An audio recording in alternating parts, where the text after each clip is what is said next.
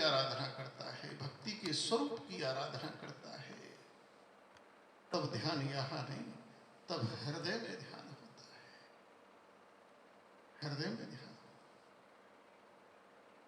तो जब हम गुरु के नेत्रों से देखेंगे, सदगुरु के नेत्रों से देखेंगे, इस तीसरे नेत्र से जो व्यापक को देखने में समर्थ है, जिसकी सीमा व्यापक है, तो क्या पाएंगे कि जो कह रहा है कि सूर्य अस्त हो रहा है और जो कह रहा है सूर्य उदय हो रहा है, जो कह रहा है कि सूर्य अस्त हो रहा है, वह भी असत्य है, गलत है, मिथ्या है, वह भी सत्य नहीं है। और जो कहता है कि सूर्य उदय हो रहा है, वह भी असत्य है, वह भी असत्य है। ये दोनों ही असत्य हैं, सत्य तो कुछ और है। सत्य का दर्शन इन दो नेत्रों से नहीं हो सकता।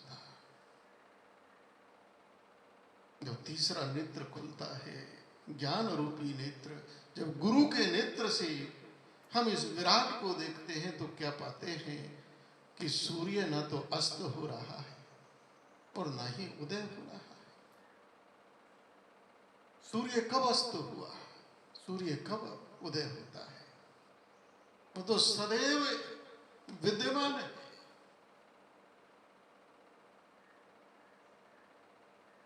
सूर्य के लिए ना उदय है ना अस्त है, वो तो अपनी जगह है, जैसा है वैसा ही है। ये तो हमारी द्वैत बुद्धि जो घूमती रहती है, पृथ्वी घूमती रहती है,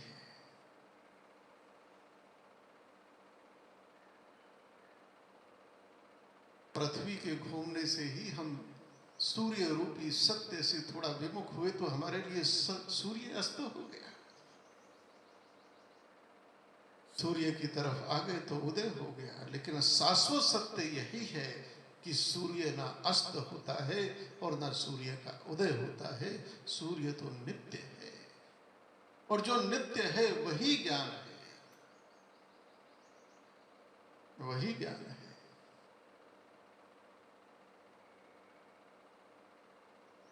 अगर परमात्मा संसार को ये दो आंख ना देते, इनको ले लेते और एक ही नेत्र दे देते, तो संसार में ये संघर्ष ना होता, ये द्वैत का संघर्ष ना होता। विद्या और अविद्या, माया और मायापति, परमात्मा ने अपने को ही दो भागों में, शिव और शिव की शक्ति, संसार का संघर्ष का मूल कारण यही बन गया कि पक्ष हो गए। एक इस पक्ष में खड़ा हो गया, एक इस पक्ष में। एक कह रहा रात है, एक कह रहा दिन है। आधी दुनिया कह रही है रात है, आधी दुनिया कह रही है दिन है। लेकिन गुरु का नेत्र कह रहा है, व्यापक कह रहा है, ना दिन है ना रात है। सूर्य तो नित्य है।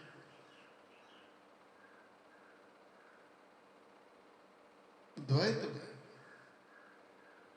ये जो द्वैत सृष्टि खड़ी हो गई, हर चीज के दो पहलू हैं। रात है तो दिन है, सुख है तो दुख है, लाभ है तो हानि है, जय है तो पराजय है, जन्म है तो मरण है, आना है तो जाना है,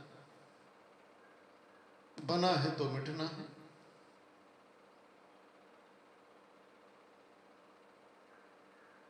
लेकिन शाश्वत सत्य ये है कि ना कोई आता है ना कोई जाता है, ना कुछ बनता है ना कुछ मिटता है, ना सुख है ना दुख है।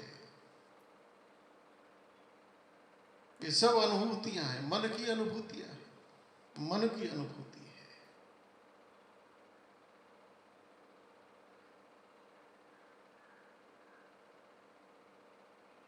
जो तत्व है वह इससे परे है। अभी इस शरीर में कोई एक कांटा लग जाए, सुई लग जाए, देखो कैसा तड़पता है, कैसा तड़पता है, पीड़ा होती है।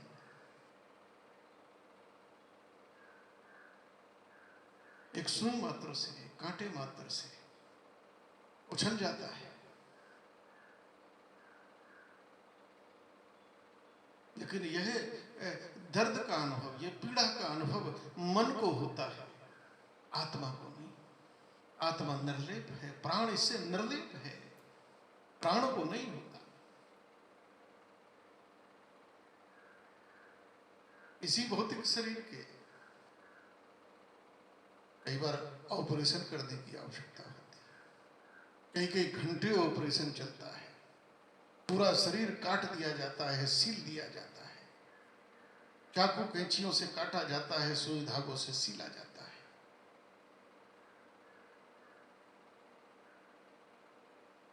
शरीर को बोध भी नहीं होता। क्यों? एनेस्थेसिस, बेहोशी के इंजेक्शन से क्या किया जाता है? केवल मन और प्राण के संबंध को काट दिया जाता है। प्राण तो रहता है, ऑपरेशन चल रहा है, प्राण है उसमें। अगर प्राण नहीं रहेगा तो मुर्दा हो जाएगा। जिस शरीर का ऑपरेशन हो रहा है, जिसको काटा पीटा जा रहा है, प्राण उसमें विद्यमान है, श्वास उसका चल रहा है, प्राण चल रहा है।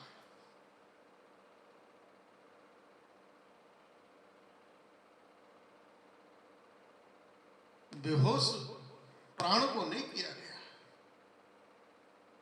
बेहोश तो शरीर को किया गया है, मन को किया गया है।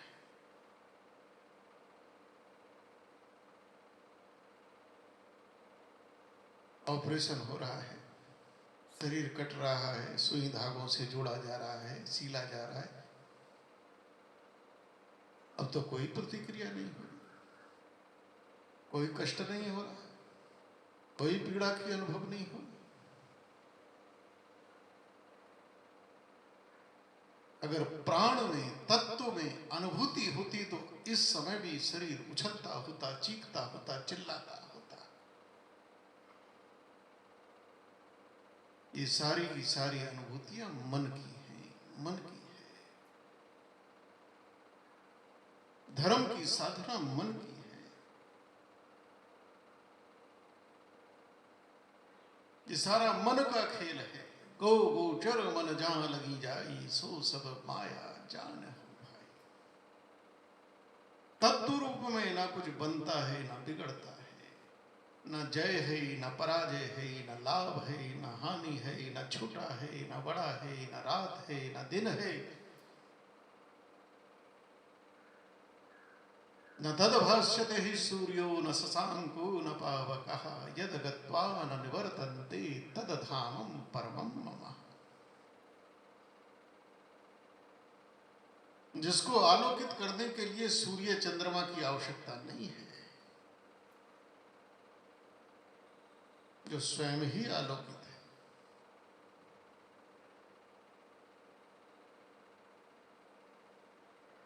संसार के पदार्थ सूर्य से प्रकाशित होते हैं, लेकिन मणियों की विशेषता यह है कि मणियों को प्रकाशित होने के लिए सूर्य के प्रकाश की आवश्यकता नहीं है, वो स्वयं अपने ही प्रकाश से प्रकाशित होती है। ज्ञान यही है, जब हम समग्र दृष्टि से देखेंगे, ना कुछ बन रहा है, ना कुछ मिट रहा है,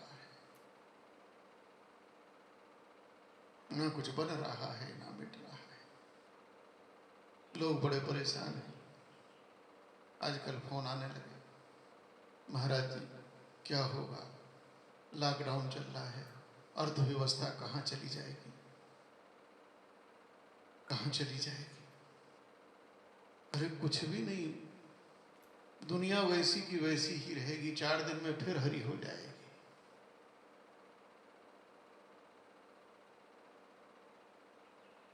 4 दिन में फिर हरी हो जाएगी। मई जून की तपिश में जंगल सूख जाते हैं, पत्ते झड़ जाते हैं,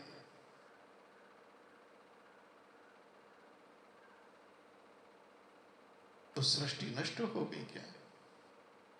अरे एक बरसात की बूंद गिरती है, देखो फिर से सब कुछ हरा भरा हो जाता है। अर्थव्यवस्था काहे रो रहे हो, काहे चिंतित हो?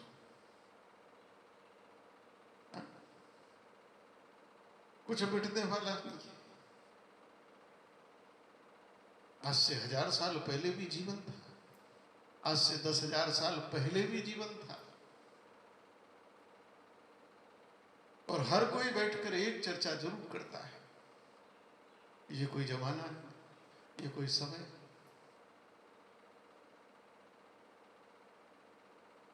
संसार में जितने बुढ़े हैं, जितने बूढ़े हैं,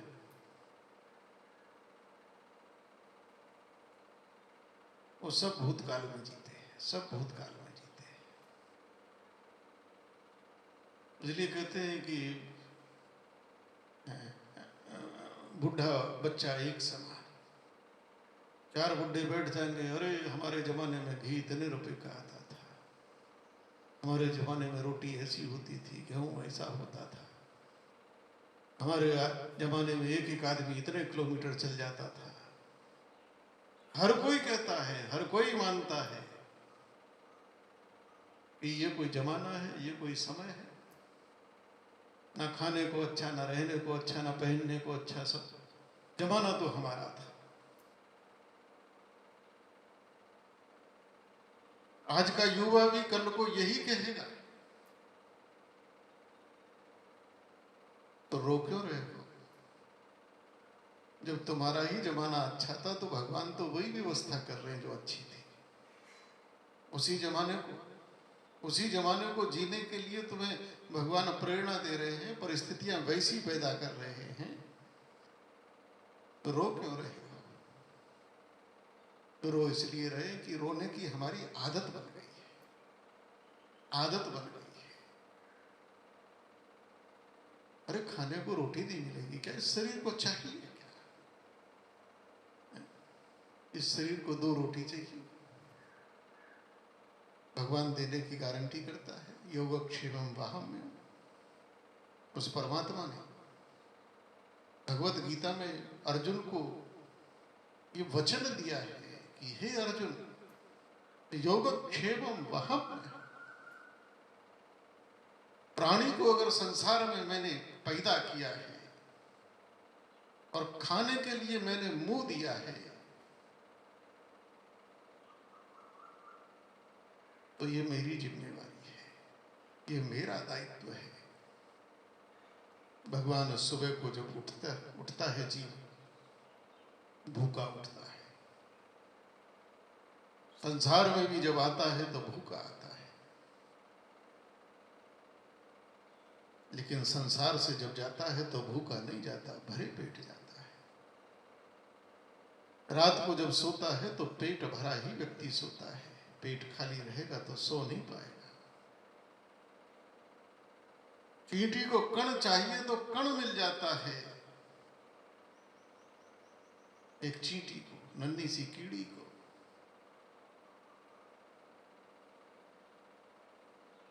लेकिन हाथी को अगर मन चाहिए तो क्या हाथी भूखा मर जाता है?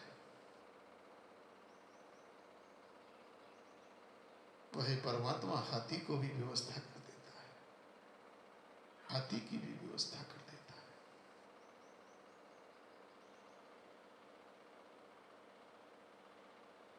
लेकिन हमारी तो आदत है चिंताओं में जी। मैंने कल चर्चा की थी कि या तो हम भूतकाल की यादों में, या तो हम भूतकाल में जीते हैं, और भूतकाल में यादें हैं। भूतकाल जो बीत गया उसकी यादें हैं। बीता हुआ समय कुछ अच्छा कुछ खराब है, तो अच्छे समय को याद करके सुख होता है, बुरे समय को याद करके दुख होता है। या तो हम भूतकाल में जीते हैं, भूतकाल में की याद करते करते सुख और दुख, और या फिर हम भविष्य में जीते हैं जिसका कोई भरोसा नहीं, और भविष्य में चिंता है। भविष्य चिंता देती है, जो है छूट तो नहीं जाएगा, जो चाहता हूं मिलेगा या नहीं मिलेगा।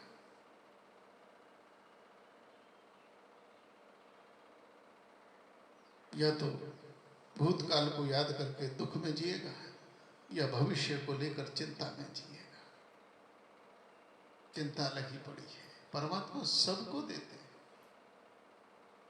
उसने गारंटी ली है, जब मैंने मुंह दिया है तो खाने को भी मैं दूंगा। पेट जब मैंने दिया है, मैंने तुमको संसार में पैदा किया है, तो ये मेरी जिम्मेवारी है, ये मेरा दायित्व है, ये मेरा धर्म है। योगक्षेमम ग्रहम, चींटी को कण हाथी को मन देता है, सबको देता है। कोई भूखा नहीं रह सकता। उस परमात्मा ने कहा, ऐ प्राणी, तू मेरी जिम्मेवारी है, मेरी जिम्मेवारी है।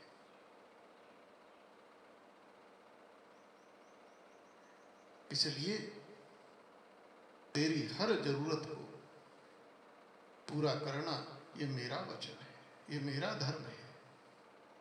लेकिन तेरी जरूरत को पूरा करना मेरा धर्म है, तेरी इच्छाओं को पूरा करना इसका मैंने ठेका नहीं लिया। हमारी समस्या ये है कि हम इच्छाएं पाले हुए हैं, इच्छाएं पाले हुए। वही परमात्मा भोजन देता है, सभी को देता है। एक बड़े संत ने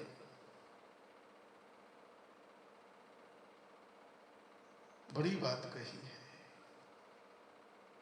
कि न था दांत बाकू दिया दूध माकू, खबर है खुदा को सबर जो भरेगा।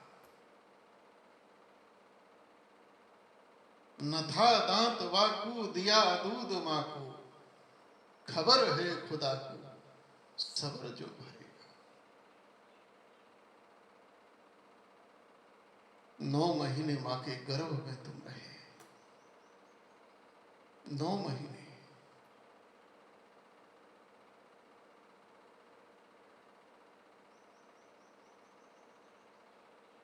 भूखे रहे क्या? 9 महीने बंद रहे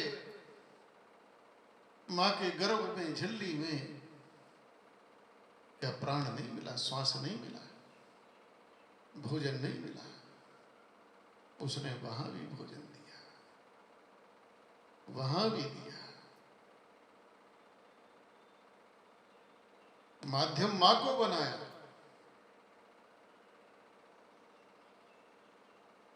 मां जो खाती थी रस तुम तक पहुंचता था। मां जो विचार करती थी, तुम्हारे मन की निर्मति उसी विचार से होती थी। और जब गर्भ से बाहर आए तो खाने को दांत नहीं थे तुम्हारे,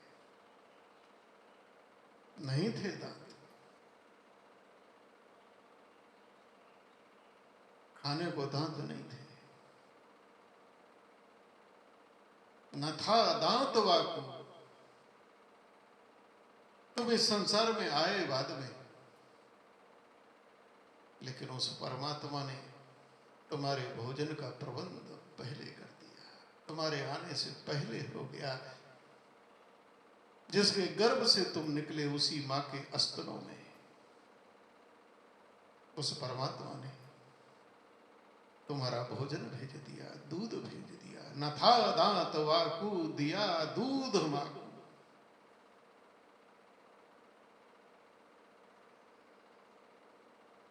और उसकी व्यवस्था देखो, उसकी कलाकारी देखो, उस परमात्मा की। ऐ बंदे, तू कभी तो उसको देख।